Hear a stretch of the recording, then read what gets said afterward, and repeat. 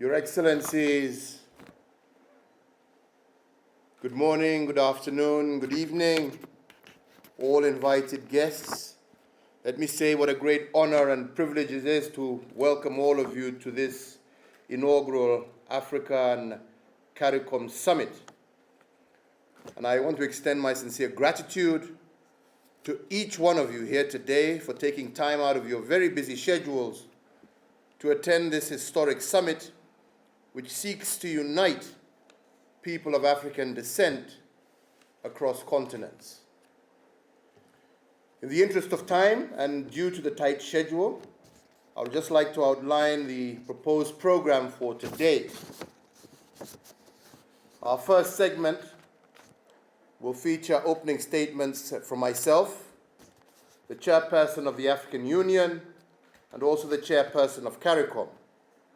This will be followed by statements from regional leaders under the second segment, and thereafter we will move to our third segment, where I will invite other heads of state and government present to provide their input in the plenary session.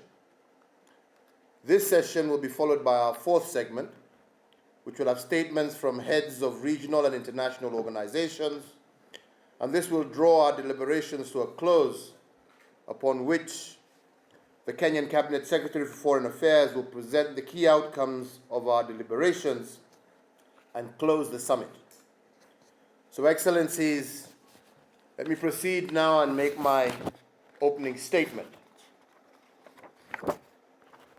Your Excellencies, Heads of State and Government, Your Excellency Musa Faki Mahamat, Chairperson of the African Union Commission, Your Excellency Dr. Carla Natalie Barnett, Secretary General of Caricom, Your Excellency Jorge Rebelo Pinto, Secretary General of the Organization of African, Caribbean, and Pacific States, ladies and gentlemen, it was with great pleasure that I welcome you to this first Africa Caricom Summit, and I am very pleased that we have opted to hold the summit virtually rather than postponing it for yet another year due to the COVID-19 pandemic. Kenya is indeed grateful and feels honored to host this inaugural summit of what I believe is the first of many such summits to follow in the future in our efforts to strengthen the cords of unity of the African peoples across the world. Your Excellencies, ladies and gentlemen, between the 16th and the 19th century, 10 to 12 million enslaved Africans were transported across the Atlantic Ocean to the Americas and the Caribbean. United by our heritage as one people of African descent, we meet today to start working together to confront the common challenges that face us, to strengthen the historical and cultural ties that bind us, and to build social, economic, and political linkages that will promote shared prosperity and social progress for us all. As we begin this journey, I would like to invoke the words of Martin Luther King Jr., and I quote, "We must learn to live together as brothers or perish together as fools." End of quote. African and Caribbean cultural and political ties run deep based on our shared history, culture, as well as a sense of our common identity. Our common historical experience of slavery and colonialization inspired Africa's founding fathers to form the Pan-African movement in the 1900s. This movement was championed by the Africans in the diaspora, which established the foundations of a rich and vibrant African-Caribbean relationship. So today, let us come together and seize the moment to harness the tremendous potential of this unique relationship into a powerful social, economic, cultural, and political force. Allow me, Your Excellencies, to outline a few areas where we can work together to achieve this goal. I do believe that the first area is the blue economy. Both Africa and the Caribbean regions are blessed with enormous resources in the blue economy. The African continent has 38 coastal states and island states, and a coastline of well over 47,000 kilometers. And for all members of states of Caricom, they enjoy access to approximately 1 million square miles of the Caribbean Sea. This presents enormous opportunities to strengthen and foster innovative partnerships across the two regions to sustainably exploit and harness the potential of the blue economy. Excellencies, sustainable exploitation of these resources will no doubt boost economic prosperity, expand creation of decent jobs, and strengthen food security in our two regions. The second area, Excellencies, is climate change. Climate change remains an existential threat to all of us. In Africa, extreme swings in temperatures and rainfall patterns have, for instance, significantly increased habitat sustainability for biting insects and the transmission of vector-borne diseases such as dengue fever, malaria, as well as yellow fever.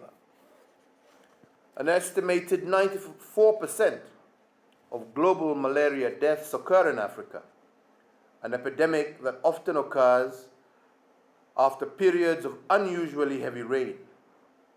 The warming up of our continent is allowing malaria-carrying mosquitoes to survive, these days at much higher altitudes. Similarly, in the Caribbean region, climate extremes in the last few decades have had devastating impacts on economies and livelihoods and have led to the rise in sea levels and increased ocean acidification. Your Excellencies, it is imperative that together we incorporate climate action into our national policies and long-term development plans and adopt global best practices to mitigate and adapt to the threats posed by climate change. The third area is health and the COVID-19 pandemic. The outbreak of this pandemic has redefined health systems across the developing world and reshaped our health responses to pandemics. In Africa, as well as across the Caribbean region, the pandemic has overstretched our health systems and challenged our traditional approaches to public health. While the number of COVID-19 fatalities are relatively low in our two regions, we are struggling to obtain the much-needed COVID-19 vaccines. In fact, in the early days of the pandemic, we experienced serious challenges with the supply of personal protective equipment, medical oxygen, as well as ventilators. This, my brothers and sisters, is a wake-up call for all of us in the developing world. We must do what it is to build our own manufacturing capacity for vaccines and critical medical supplies. And in addition, we must strengthen research, surveillance, and monitoring capacity in order to mount effective responses to COVID-19 and other possible pandemics in the future. The fourth area is debt sustainability. Debt levels are rising across the world with worrying and unsustainable increases in the poorer countries. Several countries in the Caribbean region have been among the most indebted in the world since gaining independence in the 1960s. Similarly, debt sustainability remains a huge challenge to many African countries, a problem that has been compounded by the COVID-19 pandemic. Your Excellencies, ladies and gentlemen, we need to come together to build on the G20 debt service suspension initiative and the progress achieved in facilitating higher pandemic-related spending by inter-ally proactively seeking strategies to increase revenues, while at the same time prioritizing our spending that enhances the productive capacities of our respective economies. And this clearly is a task that calls for resourcefulness and innovativeness in the face of the pandemic. The fifth and last area, Excellencies, that I would call us all to focus on is technology. Technology provides endless opportunities to leapfrog our economies. With a few exceptions, the fintech industry is quite underdeveloped in both our regions. About 66% of the African adult population is unbanked, while in the Caribbean region, the fintech startup ecosystem is still evolving.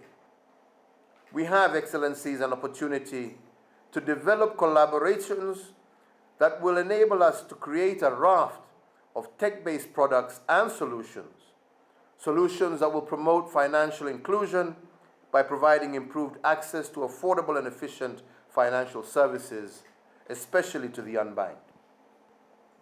So, Your Excellencies, today we're taking the first of our baby steps in what promises to be an incredible journey in forging closer ties with Africans at home, those in the diaspora, as well as all people of African descent. Moving forward, I want to assure all of you of Kenya's commitment to spearheading this journey towards the shared prosperity of all our people.